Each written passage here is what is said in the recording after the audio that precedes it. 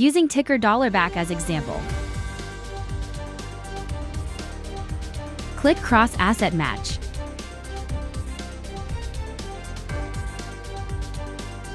The result table is showing the best matched asset having similar chart at the same time period. You can select other time period to match.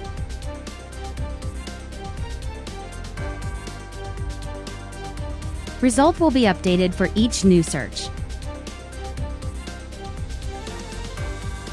You can select the matched result to control chart overlays. Let's try other time frame like 15 minutes interval. You can match the history period based on your interests.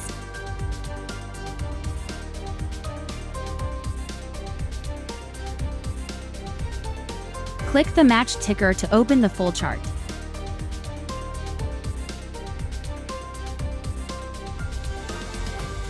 Validate that if the selected period has the similar price action. Thanks for watching.